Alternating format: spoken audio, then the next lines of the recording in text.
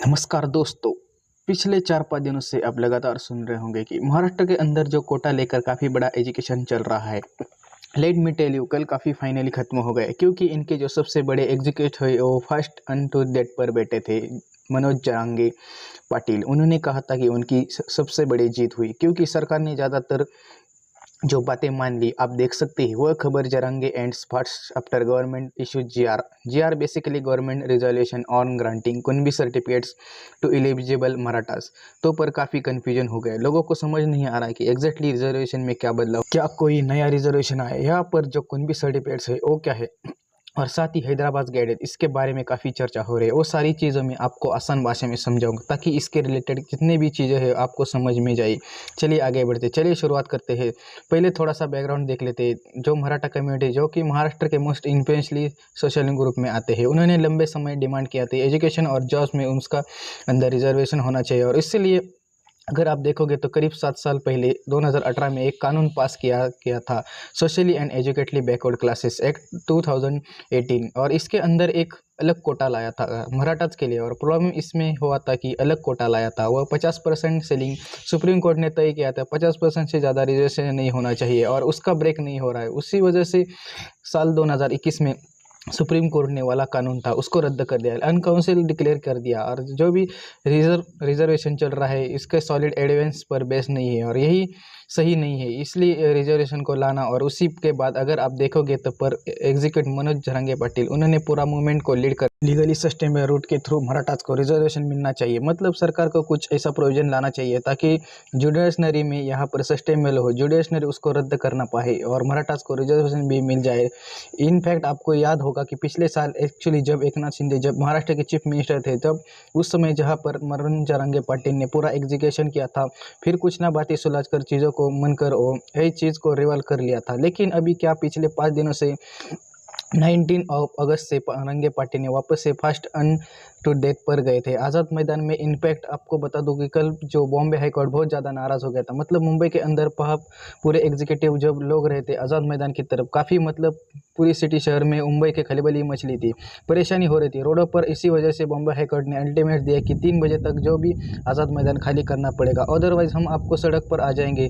Bombay high court ने उसके जजेस किया था, उनका कहना था, और इसी वजह से फाइनली इनफैक्ट जो बॉम्बे हाई कोर्ट ने उन्होंने काफ़ी लताड़ कर दिया। अब क्या इस तरह से कैसी चीज़ को परेशान कर रही है, तो ये सारी चीज़ चल रही थी। लेकिन फाइनली जो जरांगे पाटिल है उन्होंने कि हमारी बहुत बड़ी जीत हुई है क्योंकि महाराष्ट्र सरकार ने हमारी जो मेन डिमांड्स थी उसको मान लिया। फाइनली जो गवर्नमेंट रेजोल्यूशन है वो इशू कर दिया। ऑफिशियली बोला गया था हैदराबाद गैजेट्स को लीगली बेसिस माना जाएगा for eligible Marathas in कुनबी OBC certificates.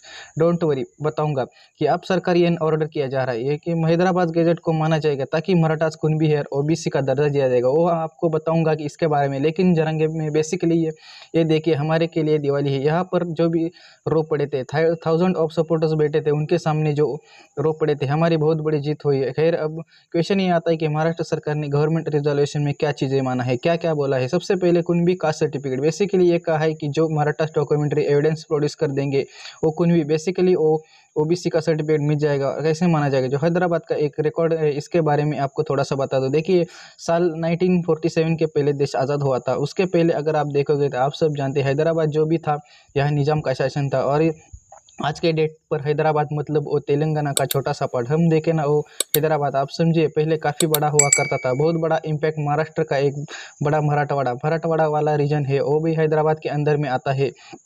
क्या उस समय निज़ाम के समय कुछ गैजेट्स इशू कर देते थे पर रजिस्टर वगैरह था, इसके अंदर एंट्रीज थी कास्ट को लेकर, ऑक्यूपेशन को लेकर एंट्रीज, जैसे कुनबी है पर्सन, ये तो मराठा कुनबी है, वह सारे रिकॉर्ड आपको देखने को मिलेंगे।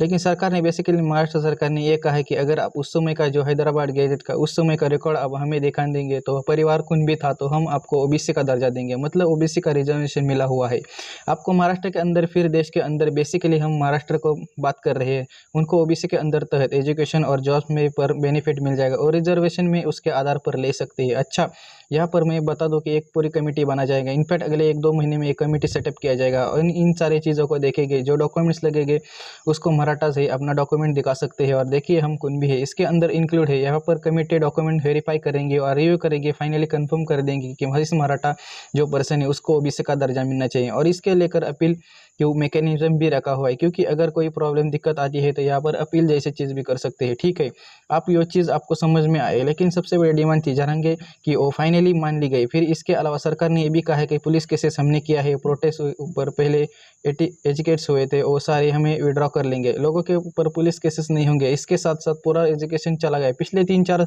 सालों में से लोगों की जानें भी चलेगी। एजुकेशन के दौरान यहाँ पर सरकार कंपनसेशन देगी, जॉब्स के हमारा प्रॉमिस किया था फैमिलीज़ को, तो ये सारी चीज़ भी बोली गई है। ओवरऑल यहाँ पर जानेंगे टोटल 8 डिमांड रखा था, जिसमें से ये 6 डिमांड वो जो बेसिकली सरकार ने मान लिया, और इसलिए जो पूरा प्रोटेस्ट था फाइनली खत्म हो गया। लेकिन क्वेश्चन ये है कि इस रूट को क्यों लिया गया, लेकिन क्योंकि पहले इस कोशिश की थी, आपका मानना नहीं था। अब तो देखिए 50% का जो सीलिंग वो ब्रेक नहीं हो, क्योंकि यहाँ पर आपको समझना है कि सरकार ने यह बोला है कि जो भी आप मराठास हो, अगर आप कुछ भी डिक्लेयर कर दे तो हम आपको दिखा देते हैं आपको ओबीसी को ऑलरेडी रिजर्वेशन चल रहा है, उसी में आपको एंट्री दे दी जाएगी। मतलब सपोज अगर 27% रिजर्वेशन ओबीसी को मिला हुआ तो तहत आप ओवरऑल जॉब्स में और एजुकेशन इंस्टीट्यूट में अपना रिजर्वेशन ले सकते हैं। उसके आधार पर आगे चलकर आपको बेनिफिट मिलेगा, और डॉक्यूमेंट बेस है कि केस बाय केस मॉडल आपका लाया जा रहेगा। इसकी वजह से ये कहा जा रहा है कि कोर्ट में इसका मान लिया। मतलब पहले तो क्या हुआ था, सरकार अलग अलग इनके रिजर्वेशन थी मराठास के लिए, इसलिए कोर्ट का कहना था कि अमान्य है, ये सही नहीं है, यहाँ पर अलग रिजर्वेशन नहीं ला सकते। 50% सीलिंग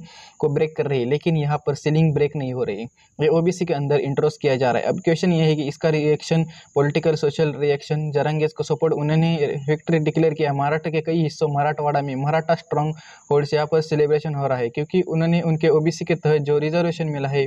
लेकिन ऑब्वियस सी बात है, ऑलरेडी जो भी कास्ट ओबीसी इंक्लूड है, ऑलरेडी ओबीसी में इंक्लूड है, कंसेंट रेज किया। उन्होंने कहा है कि देखो फिर से मतलब क्या है, इनके सारे इतने सारे कास्ट के ओबीसी में जब एंट्री मिल जाएगा, ऑलरेडी जो एग्जिस्ट है उसको डायलेट कर जाएगा। रिजर्वेशन पहले मान लो अगर 1000 लोग थे, इसके हिसाब से उनको बेनिफिट मिलता था। अगर मान लो 10 सीट है तो 1000 लोग कंप्लीट करते थे। 10 सीट के लिए अब क्या 1000 के बजाय मान लो 1200 लोग हो जाएंगे, तब उनको सबको कंप्लीट करना पड़ेगा 10 सीट के लिए, क्योंकि रिजर्वेशन तो उतना ही है। रिजर्वेशन ऐसा नहीं है कि 27% बढ़ाकर 35% कर दिया, लेकिन इसलिए ओबीसी ऑर्गेनाइजेशन वो काफ़ी नाराज है। इनफैक्ट अगर इनका और तर्क आया है कि देखिए Maratha community already EWS quota का काफ़ी फ़ायदा उठा रही है, जो कि इकोनॉमिकली वीकर सेक्शन आप जानते होंगे। साल 2019 में सरकार एक का अडेटमेंट की थी, कॉन्स्टिट्यूशन अडेटमेंट बिल लेकर थी, जिसके तहत जिनका रिजर्वेशन नहीं मिल पाता था, SC ST OBC रिजर्वेशन के अंदर जो आते थे, इनका इनकम 8 लाख से कम है, उनका इनकम इकोनॉमिकली वीकर सेक्शन तो कोटा लेते थे। यहाँ पर जो डाटा सामने आया है कि पता है कि ऑलरेडी जो मराठा कम्युनिटी है सबसे इसका फ़ायदा उठा रहे हैं। फॉर एग्जांपल एडमिशन में होते थे, एजुकेशन इंस्टीट्यूट 2022 में 2017 एडमिशन हुए थे ईडब्ल्यूएस कोटा के तहत, जिसके 15,807 मतलब 70% इसमें मराठा थे, बाकी 20% बाकी के कम्युनिटीज़ के लोग थे। 2023 में लगभग 11,000 लोगों का एडमिशन हुआ था, उसमें से 767% मराठास को फ़ायदा मिल रहा था। ये भी पाए कि उन्हें जो यहाँ पर ओबीसी उनका कहना ऑलरेडी जो मराठा ईडब्ल्यूएस का कोटा का फ़ायदा उठ रहे थे, उनको ओबीसी में इंक्लूड करने की ज़रूरत क्या थी, और इसको बेनिफिट जो मिला। तो खैर भी देखते हैं ना, पॉलिटिक्स अगर आप देखेंगे, जारंगे फर्स्ट 100 पर बैठे थे, हंगर स्ट्राइक पर बैठे थे, उनको ऑलमोस्ट एक पॉलिटिकल पार्टी के लोग आ रहे थे, चाहे सरकार के लोग, अपोजिशन पार्टीज के लोग क्यों ना हो, इनके वोट मिलना चाहिए इसलिए आए थे। अल्टीमेट जब चुनाव हुआ तो दिखाएंगे कि हम आपके साथ हैं। इसलिए यहाँ पर गवर्नमेंट का पोजीशन अगर देखोगे, चीफ मिनिस्टर देवेंद्र फडणवीस यहाँ पर स्वागत करते हैं, रिजर्वेशन का स्वागत है, historic step by Maratha welfare care, ये सब कुछ आपको देखने को मिलेगा। ओवरऑल इसका कंक्लूजन निकलता है कि मनोज जरांगे पाटिल है, उनका लेटेस्ट एग्जीक्यूशन मराठी के अंदर मराठा कोटा का स्ट्रगल में उसका हिस्टोरिक टर्निंग पॉइंट आपको देखने को मिलेगा। ऑलरेडी आपको सेपरेट कोटा नहीं लाया गया है, स्टिल ओबीसी के अंदर इनको इंक्लूड किया जा रहा है। वो कहते हैं कि उनकी बड़ी जीत हुई, लेकिन ध्यान रखिए अभी काफ़ी सारी चीज़ होना बाकी है। क्या इस तरह के एजुकेशन पूरा कुनबी सर्टिफिकेट आपको बताया कि ओबीसी का दर्जा मिलेगा, किन किन लोगों को इंक्लूड किया जाएगा, क्या यहाँ पर तरीके से होता है, फिर ओबीसी का ब्लैकलिस्ट सरकार कैसे झेलेगी। और ये मामला लेट मी टेल यू, जुड़े से अंदर के भी जाए, जो ओबीसी कम्युनिटी के है उसको न्यायपालिका के अंदर जाकर इसके खिलाफ लड़ेंगे। सरकार इस तरह ओबीसी के अंदर किसी को भी नहीं ला सकती। जो मराठा कम्युनिटी है ऑलरेडी काफ़ी फॉरवर्ड कम्युनिटी है, ऑलरेडी ऊपर काफ़ी कंपनी, उसका रिजर्वेशन का क्या फ़ायदा, ये सारी चीज़ को आपको देखने को मिल रही है। आपको अच्छे से इस वीडियो में समझ में आया है कि एग्जैक्टली अभी महाराष्ट्र के रिजर्वेशन सिस्टम में क्या। और ऐसे इंटरेस्टिंग इन्फॉर्मेशन के हमारे चैनल को सब्सक्राइब करें, आप नए हो तो हमारे चैनल को सब्सक्राइब करें, शेयर करें, लाइक करें। धन्यवाद।